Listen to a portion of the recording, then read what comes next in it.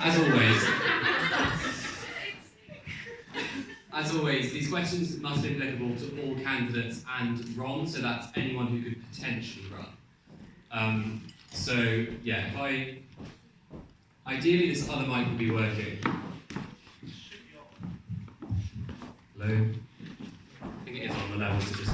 So I'll wander around and hand one of the mics out, and then you two can go between, okay? Cool. So, any questions? For clarification first. No? Okay, any questions? Yes, Joe. Cool. Hello. It was lovely hearing about all the things you'll do better than I. No, but seriously though, all candidates have demonstrated a variety of key changes they want from their year as president.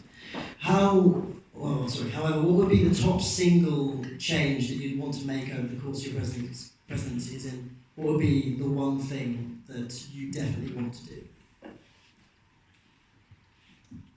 I definitely want to improve the way we tackle consent. I think it's really hard to make people realise how important it is, and having gone to the bathing room and various places in college and discuss it with freshers and non-freshers, some people don't realise how big a difference and how many people's lives you can change by just focusing on it a little bit more.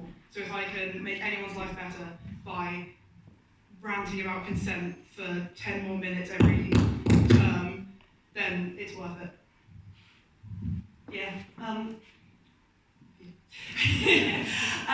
So I would probably say working on student-staff relationships. There's sort of extensive ways in which I think this is really beneficial. It's just nice to build a community, but I also think it's a huge welfare thing. I know in my first year I got the flu, which, is pretty standard, but my cleaners, because I had such a wonderful relationship with them, went and got my dinner for me, brought it to my room, and I think it makes such a difference if you get that two-way thing. I then later made a pair of curtains for my cleaners. It's so wonderful to have those relationships, and I know personally, I feel like lots of these friendships that I've created with staff will continue after that, and I would love to share that with, even a small fraction of people. And I think there are a lot of ways that we can encourage that simply by making staff more known past Freshers Week. Okay. Is this working? No. It's just you. Yeah. Any more questions? Yeah, Tom.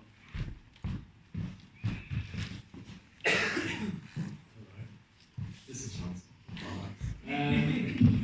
So, how would you go about encouraging members of Cranmer Common Room and the Middle Common Room to get more involved in sports and societies in particular?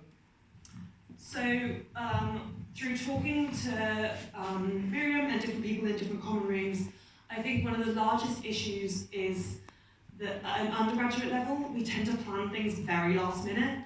And whilst of course there's an element of with sports and societies DU and getting pitches and stuff like that, I do think we should try and work on sort of finding a compromise whereby we can let people know what's happening further in advance. I know with some sports and societies they have the same training time every week and some don't, and it's just about trying to implement that consistency to make it more accessible and give people a little bit more notice.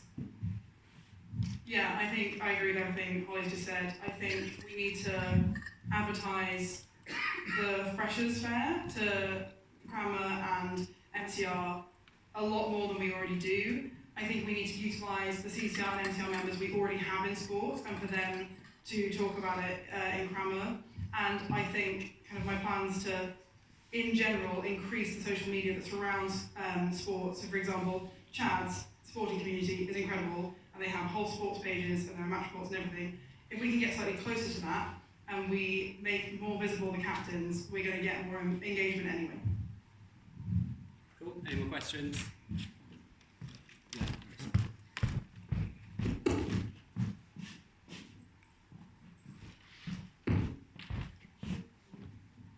Hi. So as an international student, I was, and in light of more international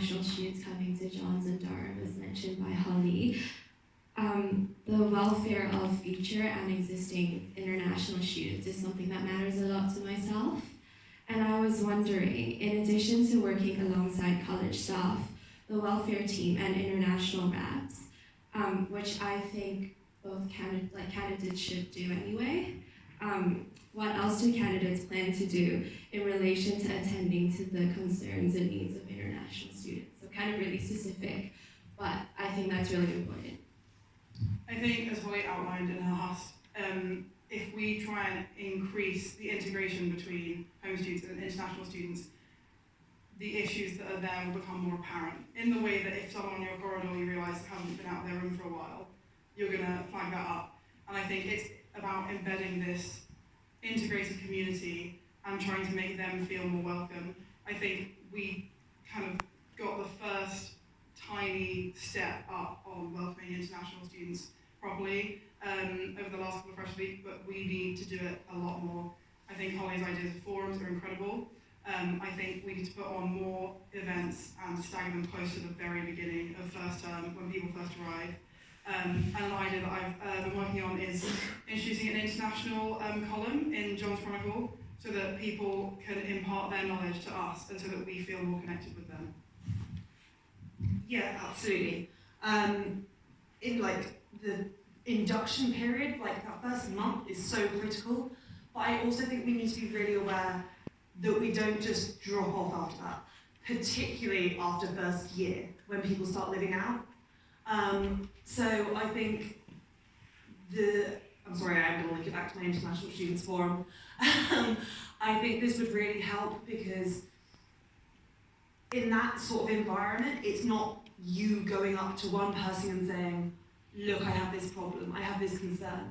It's a much more relaxed environment. You're with people who, you know, might have shared similar experiences that you can, you know, bounce off of. And I think that would help to support a lot of leaders within the college who aren't international and who haven't had that experience to understand and listen, and it gives leaders that space to listen and understand and to try and support a little bit more. And I think the support mechanisms, while they aren't perfect, they are there, but it's just getting them to the right people in the right ways. Yeah, Matthew. So candidates have talked about increased engagement with the wider community in the North East, and of course this is to be welcomed. But how can candidates ensure that they have not just warm words and not just student tourism, but actually engaging properly with members of the community, especially since there's such a wide local student divide, as exemplified by Durham County Council, for example, representation of them. How can we bridge that gap?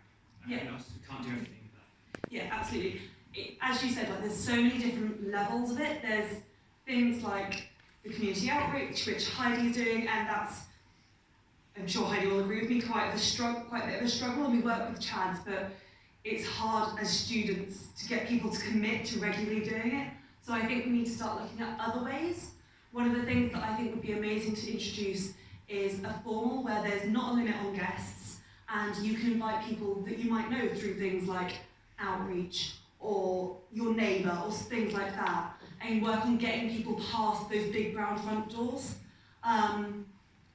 There's a lot of security concerns with that. I tried to do an event last term, but I think that also feeds into planning stuff in advance and making sure that this is something that's on our radar. This isn't something that we can just go, oh, this would be cool to do in a week's time. Like, we didn't do anything for Lumiere. That was a perfect opportunity. We had people from the whole of the North East coming to us on our doorstep, and we didn't do anything because we didn't think about it far enough in advance. And I think it's steps like that that are a lot more achievable than necessarily saying, right, I need a student to dedicate 4 hours a week to going and doing this one specific thing that's going to affect a small group of people. Whilst that's crucial, we need to look at the big picture and plan in advance. Yeah, definitely building on that, as much as we need to invite them in and do that in advance, I think we need to get out there. I think the main idea behind my food bank idea,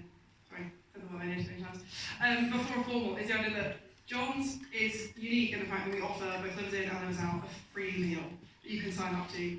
And the fact that we have that privilege, livers out should be bringing in food that they know is going to go off in a couple of days and they're not going to use. we can get in contact with food banks, know what they're asking for, and put that on formal emails and say, you know what, this is what they're looking for right now. And I think that's a really good way to engage in the reality of how some people live in County Durham. And I also think that climate change is a really good way to get involved in the community. It's a common ground for all of us.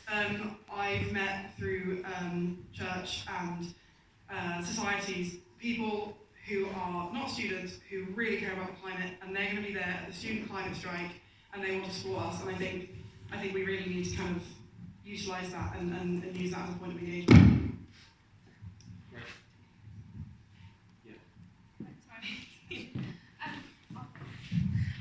Neither of you have talked about the trustee commitment of being the president, and from sitting on the trustee board this year and talking to Joe and Vesh and Connor, that is a large part of the role that you might not have had experience in before. So how would you go about tackling that, and what do you think the challenges are of that part of the role of being president? I think obviously being a trustee and having a role of president is an incredible amount of responsibility. I hope that I've proven to people that through running Freshers Week and being kind of a welfare point of contact and entertainment, like everything, organising everything, that I've shown that I can do that. I think one of the challenges of being a trustee is utilising the fact that we're an independent college, and the external trustees are there to help us do things that other colleges in Durham aren't allowed to do, such as lobby about things or disagree with something else that the other colleges have kind of been pressured into agreeing to. And I think it's a really unique challenge, and I'd really like to utilise external trustees working with us as internal trustees to really try and make some positive change that is in line with our charitable objectives. So whilst I've never been a trustee, as captain of boats, I currently sit on the board of the boat club, and this actually has very similar focuses and purposes as a trustee. So it's to utilise the resources and manage the long-term strategy to, meet the aims and objectives of our organisation, SJCR, Only Charity. So I think one of the biggest challenges would be to sort of, how do I word it? To ensure that we are doing what's best for the college in the long term, where short-term interests might conflict. And this is a really difficult thing because for undergrads it's either 3 or 4 years. For master's students, they're only here for a year. So I think it can often be difficult for students to see the long-term picture, and it might not affect them. But as a charity, we've got to look at that. And so I think balancing that would probably be the most difficult thing. And I think the only way to do that effectively is just to, talk to people, come up with a rational judgment about it, educate yourself about the issue that you're deciding on, and make a logical decision. Okay, next question. Yeah, what was Steve?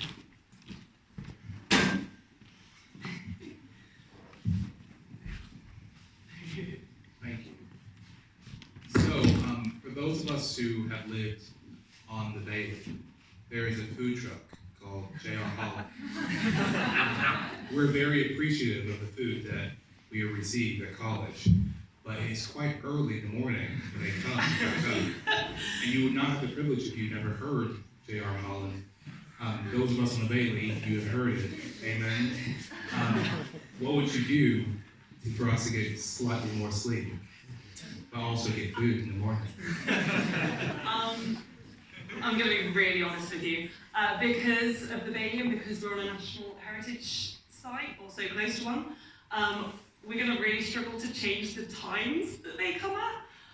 However, that's a really difficult one. Talking to maintenance, we're not going to be able to change the windows, but there might be something that they can do. That's a really difficult one. That's the first I've heard of it, so I can't give you an in-depth answer, but I think just making sure we have all the information before we go in on guns blazing, how dare you do this? I think without repeating exactly what Holly just said, the only thing I could think of is working with whoever decides who gets which room. The early morning risers get the rooms near the Bailey. Oh my god. Okay, next question.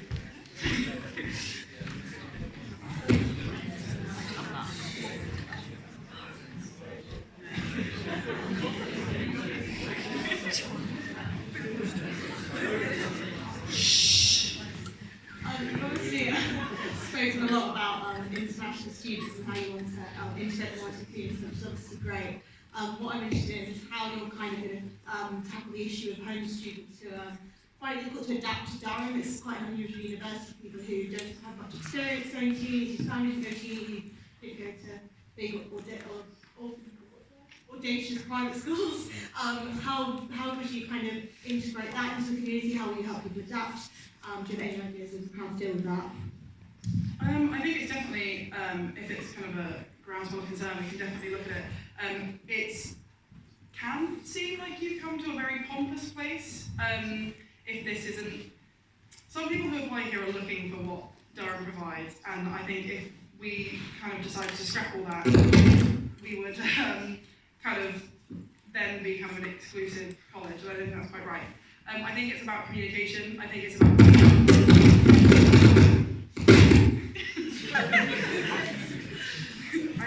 about communication. Don't say it again. Maybe I'm wrong. But yeah, it can seem a very imposing place to be, and I think the way we try and tackle that is, especially on post-offer visit days, when some students do come up, we kind of have like an informal formal to get people used to that. And I think if that's something that people would kind of maybe enjoy, like a ramping up to the full formal experience, I think that's definitely something we can look into. Yeah, absolutely. Sort of a similar answer to my international students one. That induction period is essential, but again, making sure that we don't drop off after that first month.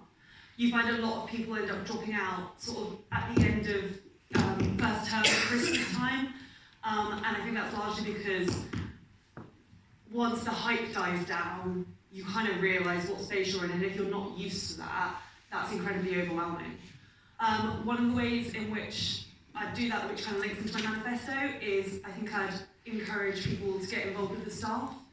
They are so kind and down to earth, and I think it just makes you realise, okay, there are, people, who don't see it in that way and who aren't,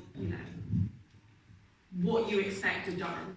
And I think there's lots of ways to do that, but I think the main point I'm trying to make is that it needs to be consistent. Yeah, next question.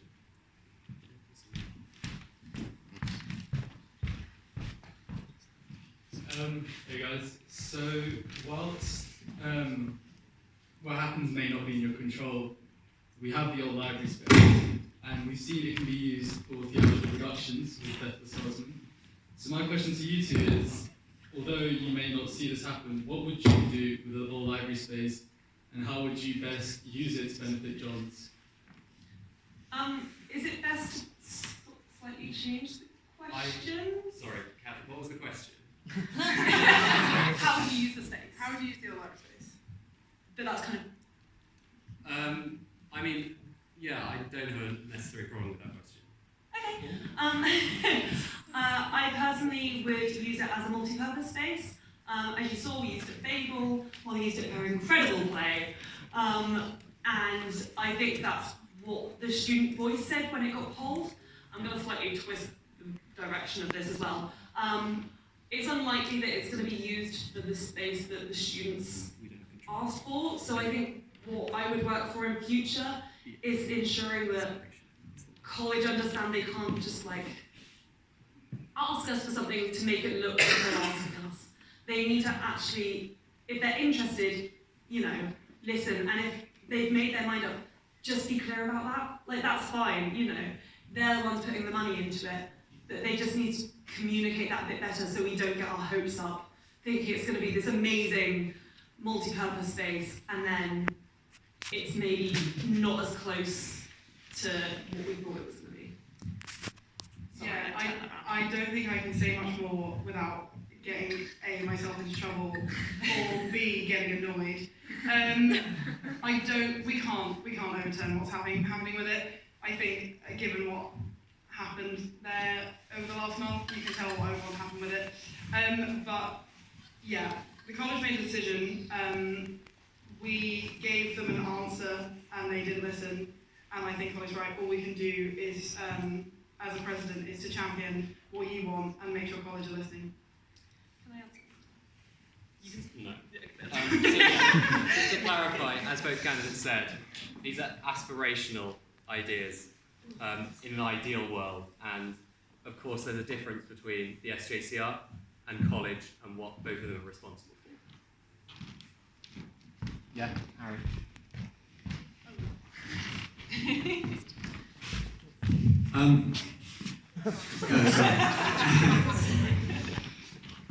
It's incredibly important as the SJCR president to be the a line manager and work really well in an executive team.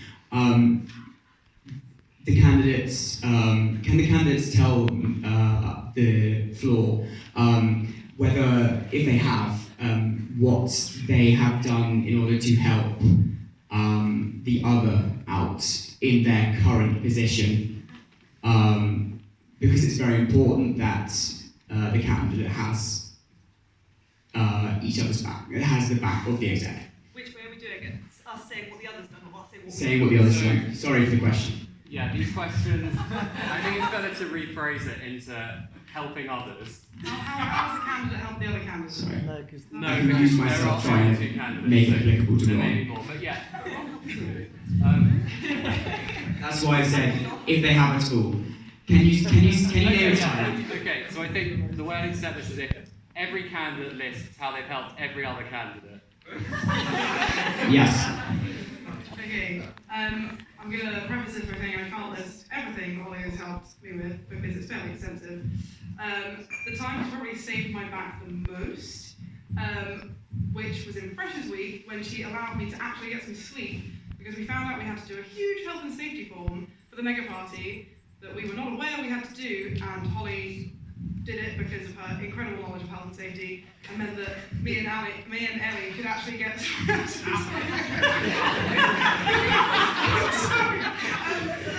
and Ellie could actually get some sleep so that we for the freshers and postgrads and craft students the next day. So Ron has helped me. As Molly said, it's hard to count the ways in which the others helped me. Yeah. And I mean, I could list the practical ways in which she's helped me during preparation and afterwards, but I would say the thing that means the most to me is the support she's given me during times of crises, to be quite honest. She has been the rational voice when I'm feeling like I don't know where to go with something, and she's really supported me when I needed her, and that's the most important thing to me.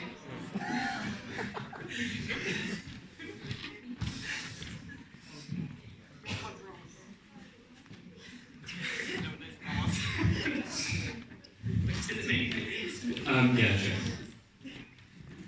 Me again. So the role of the president is one in which I feel that you can keep going and always have more to do. What will candidates do to look after their own welfare and therefore last 2 years? I will sew. I've learned over the past 3 years how to manage stress. It's taken me a while, don't get me wrong, I haven't perfected it yet, but I'm getting a lot better, and I know the things that, I know when I need to take a break, and I know the things that are going to get me out of that headspace and put me in a position where I'm ready to move on and do the next thing that needs to be done in a productive way and not a self-destructive way. Yeah, I'm very conscious and self-aware about looking after mental health and just welfare in general. I think the relationship with college staff that are already here, I will utilise, and I'd really like to get to know some of the MCR students because they're adults and they kind of have this normal life outside the college that I think is very grounding, and I'd like to keep on. So obviously the president works for both the college and the SJCR. What is your understanding of and plans for negotiating this dual role in which you work for two separate organisations? Very good question. Obviously, it's part of our job to be that link, and I think in times of kind of conflict, you have to prioritise the student voice. I'll be impartial to the level that it's responsible, and I will always work well and be respectful of college, but I wouldn't be running for this role if I didn't think the student voice was ever so slightly more of a priority. Yeah, I mean, at the end of the day, it's you guys who are electing us. What I would say on that note, however, is you've got to pick your battles. You can't, if you want a functional relationship with staff and with college as a whole, you can't be headbutting them at every corner. You've got to know when to just take it and when to be like, actually, is this really going to impact our students as much as something in the future might? And I think it's about taking the time to rationalise the situation and think, okay, is this an important battle to do? And is this something we want to prioritise, potentially at the expense of something else? And I think it's important to balance that.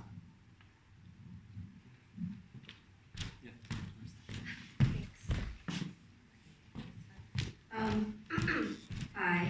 So my question is, how will you manage the impression that the exec may appear to be pretty cliquey or unapproachable by some? Because one of the reasons why I ran is to try to debunk that, but I still get that people will see the exec as very unrelatable and unapproachable.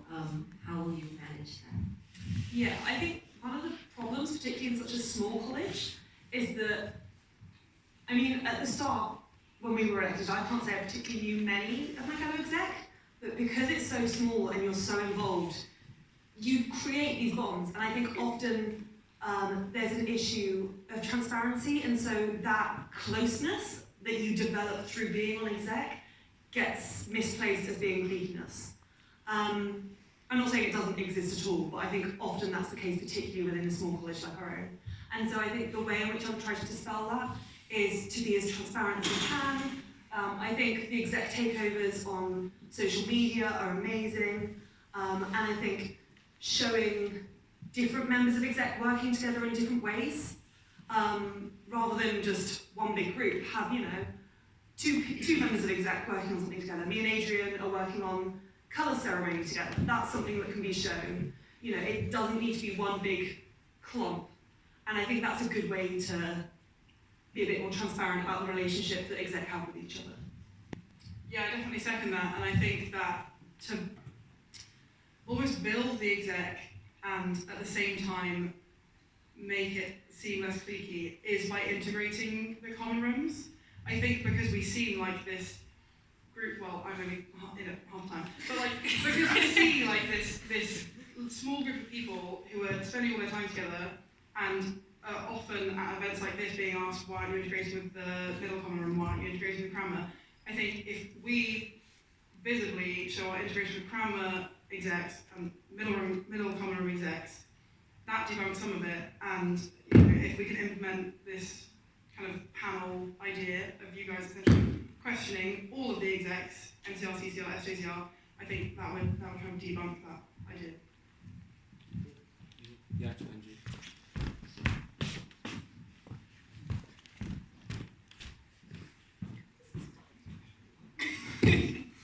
Hello. So the president obviously spends quite a significant amount of time in the alumni office week to week. So kind of on a practical day-to-day level, what ideas do you have of how this role can be effectively used to engage with John's huge alumni community? Yeah, I would love to try and put on more John's Eagle events and alumni events.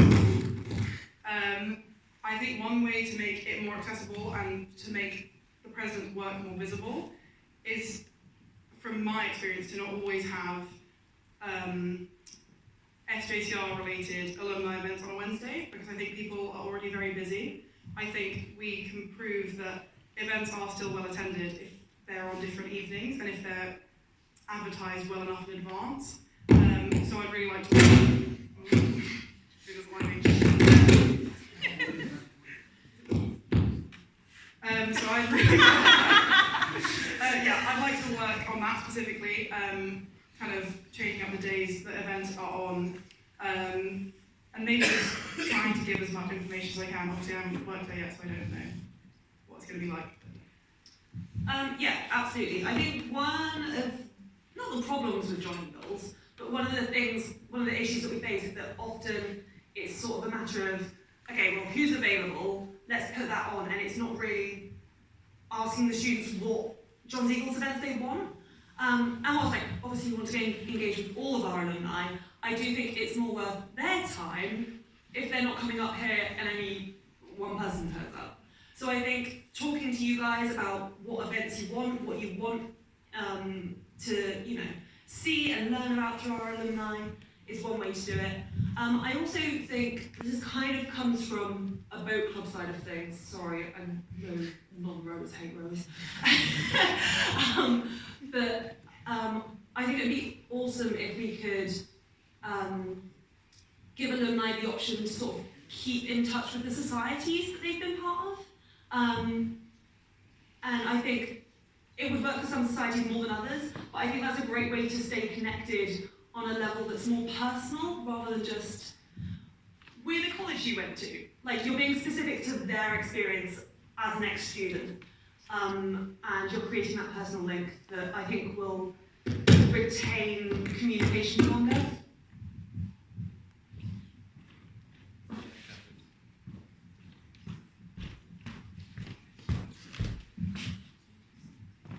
So you both spoke about the community at John's, and during your presidency, a certain part of the community will be abroad on placement. So what will you do to ensure that students who are on year abroad or on placement years still feel part of the John's community? Yeah, absolutely. I know there's the year abroad rep. Oh, look at that! Clearly someone wants drama.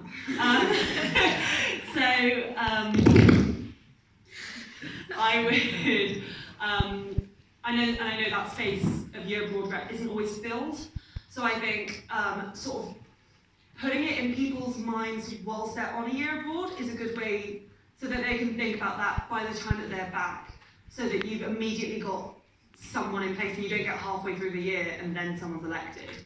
And I think the most important thing about that role should be check-ins. And it's not necessarily that one rep's role to check in with year abroad students, but I do think that they should help to engage year abroad students and facilitate at least some sort of check-in of, is there anything we can do for you on this end, so you're not just feeling like you're dumped in another country and forgotten about for a year until you come back. Yeah, I think currently being friends with lots of people who are away and knowing all the hard work that you put in, it can be quite difficult to make that point of contact. And I think sometimes year abroad students potentially separate themselves from the community because it can be quite heart-wrenching to see all this social media of things that you can't be there for. So I think we need to, as Holly said, kind of implement a way of checking in on them, because being friends with people who are away, they see photos from Bailey-Ball and this, that and the other, and I think they really, really miss being here, and it's not in a constructive way. So if there's potentially, I don't know, a way of them removing themselves, as some of them already have, from like St John's current students, and us not trying to use that page to get in contact with them using email instead, I think potentially makes that fostering a community easier for them. Yeah, any more questions? Yeah.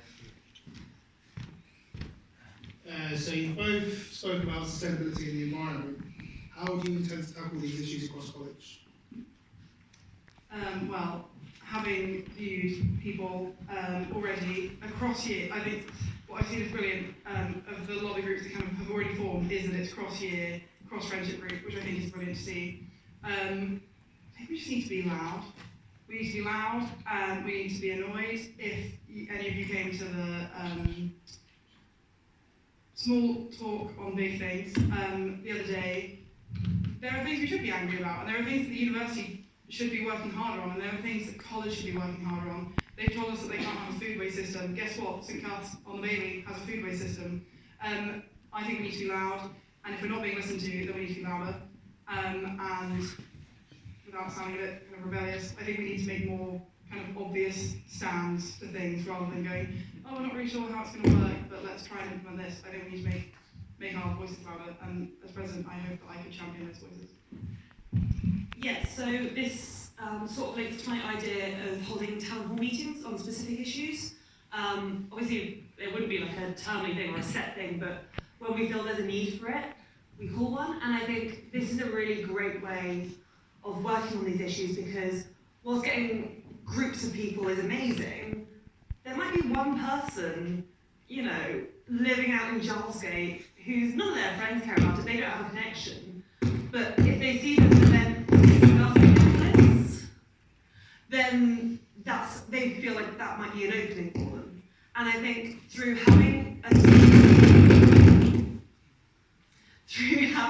discussion with people who are going to contribute new ideas because they haven't already been in that conversation, I think this is a great way to develop strategy, and I think that's the crucial thing that we need. We need to sit down and talk, which is great, but then we need to go from there, and we need to develop strategy on how we're going to lobby, what we're going to lobby, what we're going to prioritise, and I think a town hall style thing is a great way to do that.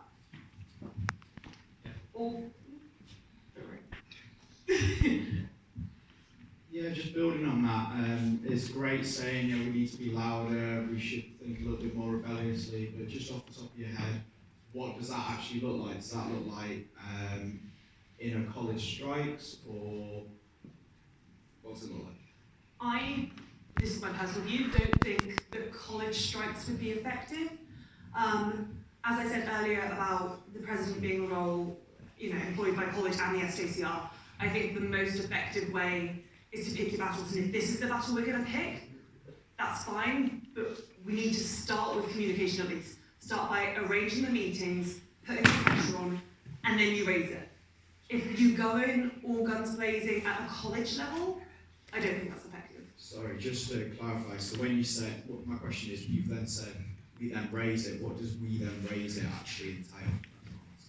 Okay, so at college level, there's different people that you can take it to, and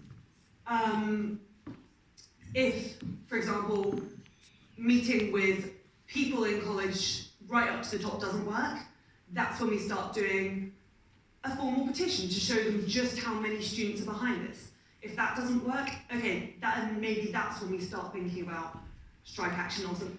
But again, it depends on to what level do you want to pick this battle. Obviously with environment, I can't see it escalating that far that they wouldn't listen if every single student was saying that they wanted this and valued this, but it sort of spreads across all issues that we care about.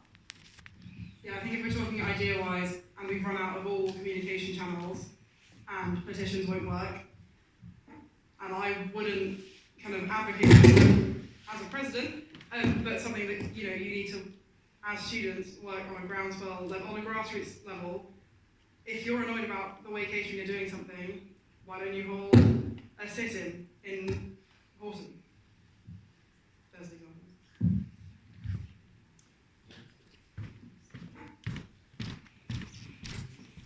example. Just quickly, none of you have mentioned the Students' Union, so I would like to ask, as President, you sit on a sort of a board with other presidents which feeds into the Student Union. Do you think the Students' Union is important? If you do, how would you foster and cherish relationships between Johns and the Students' Union? How would you push for a better voice for Johns in the Students' Union? Yeah, I think the SU in certain places is an incredible institution and something that we do need to participate in. And I think it comes to this idea of choosing your battles. You can, as president, sit on as many students' union committees as you want, or you can focus in on representing Johns. And I think, as president, as distracted and as much as I would love to get involved in as many students' union committees as I could, I would want to get involved with the ones that matter to Johns and are a prevalent current issue. And those are the only ones I'd sit on. And I would try and use those few places to kind of hone in the Johns issues that represent them to the union. Yeah, so I'm not going to repeat that, but what we said. I think if I lose you here, please come and talk to me. I don't want anyone to feel like I've just said a load of words and you don't understand it. I'd love to talk to you. So the Students' Union works on lots of different levels, and I think one of the great ways to work indirectly with the Student Union is to work with their liberation groups and their associations. And I think particularly on issues such as, not issues, but with our reps that we have, people of colour, disability, and stuff like that, I think those are the places where if there's an issue there that we want to raise, they're the people to go to. Like, it's most likely to be at a uni level with something like that. And so it's important to come together. We're not going to make a change on our own. We need to utilise those groups and those associations that are already there. Yeah, no questions?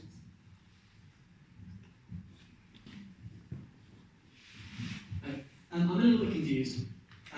Both candidates, all candidates, said that with the environment they would be happy to stand up to college and stand their ground, stand students' ground. And yet earlier when they were questioned about the use of the old library, comments more of a sort of, oh, well, college made the decision, we don't really have much of a sway on that anymore. Can the candidates confirm whether they want to stand up to college or whether they want to listen to college and just find what they? So I'm going to be really honest. Whilst I don't agree that they should have acted in the way that they did, what they're doing with the space is a good use of the space. I don't know where I'm allowed to say what. No, okay, no. But like, it's not like they're just completely ignoring us. Like, they are resolving issues within the college. Like, they have thought about this. So on a personal level, I wouldn't take this any further because I don't believe it's productive, and I believe that what they are going to plan to do will be of benefit to the students. I don't believe they're just turning their back on us. That's my personal views. You may disagree with me, but that's why I'm a representative, not my own voice. If everyone disagreed with me, I'm not going to stand my ground as, if I was president and be like, well, you're all wrong, actually. That's, what you guys are here for, and that's the role of the president, is to represent. Yeah. They had a discussion. Sorry. I agree with Holly. You are a representative. If every single person, if a huge majority in Johns was outraged, maybe I'd potentially try and push it further. I think it's something that would pass. There are plans in place. Maybe some of those things about those plans are wrong, but they are talking to the relevant students about what they can do to make that space viable. And I think that there are other issues that we can work on, and if we look at who's about to graduate, the years that are coming through, the freshers they care more about the environment right now, and if that's what they care about, that's what I'm going to care about. Joe has a point of clarification on that question. Yeah, just so everyone knows that I gave an update in the last meeting about where the strategy was. That strategy has subsequently been altered and changed and adapted. Me, Richard and Miriam, who are the Common Room presidents, have all been part of discussions today, and I was part of a meeting yesterday about the new strategy. It's similar, but it's definitely different, so just as a point of clarification, there are plans that are yet to be released because they need to be passed by the relevant college committees. So more information will follow in due course. Any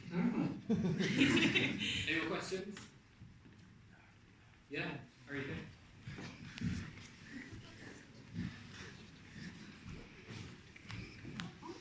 Can we get rid of the mic? Like, please, so I wasn't in charge of the mics, just to be clear, and there was a request. There was a request for them. So does anyone still want the microphones? You would still like. Okay, that's fine. We'll continue with it. So both in general and the specific thing I'm about to say, but I know it was a concern of mine when I first came, and I know I'm definitely not the only one by a long shot, but coming to John's with its relationship with Cranmer College as a member of the LGBT community, I felt kind of awkward about it. And I know there are people that have had like trouble with this very like recently and like in the past. Is there anything that you would think to do to confront that? Yeah, I think the relationship we have with Cranmer is definitely a positive one, and there's a lot we can gain from it. I'm aware of how LGBTQ plus people can feel, and sometimes that's just an atmosphere, and sometimes that's issues. And I think we need to work on a way on encouraging people who are having legitimate issues with members from Cranmer to talk to people about it, talk to college about it, talk to relevant members. If they feel comfortable about anyone from the Cranmer Common Room, they should talk to that member that they feel comfortable talking to. Because college aren't gonna let things like that slide. We need to work on fostering a community where people feel close enough to Cranmer that they can call out when they think things are being done that are wrong. And I don't think, I think we should cherish the relationship we have with Cranmer, and it's not worth sacrificing, and I think we need to foster a better community to encourage people to call it out. Yeah, like, obviously, no matter what your religion, you are entitled to your views, but they are just that.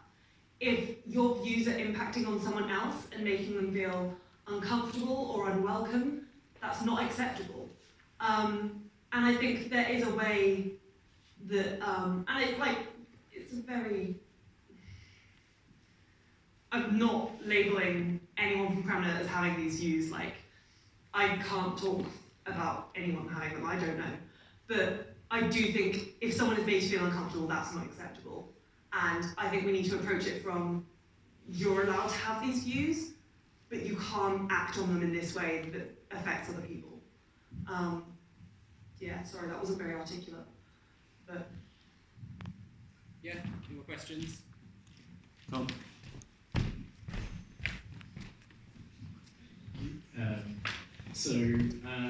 I know that when I first came to John's and heard about the SJCR, I really didn't know anything about it at all.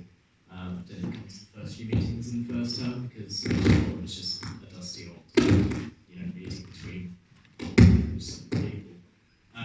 But actually, since then, I've found out that actually it's a very valuable thing to attend.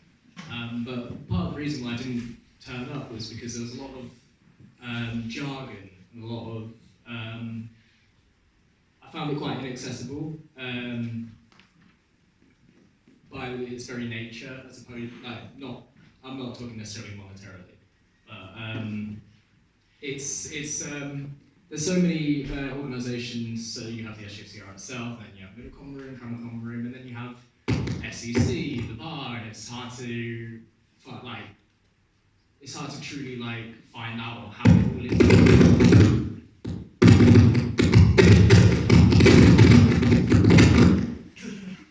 Funny how I can do that with my mouth. And so I was just wondering, would you, and if so, how would you, make the SJCR itself, like constitution meetings, etc., more accessible to, say, the master students that are here for just a year, or the freshers that could potentially be discouraged from attending these meetings for the same reason? Yeah, that's my question. Thank you. Yeah, so I think one of the ways that we can do this is to make meetings shorter. No, bear with Bear with me. I think it's very difficult to do that. However, one way in which we could look at that is by having sort of pre-meetings for motions, that if people have questions they want to iron out in a more unofficial capacity, that they can do that. So not a meeting so much, but like a drop-in with the person who's proposing it. And if you feel that question is important and you want everyone to hear, then ask it at the SJCR meeting. But there's a lot of things where people just aren't sure what they're trying to say. And so I think having a drop-in would be a good way to do that. I also think it's important that we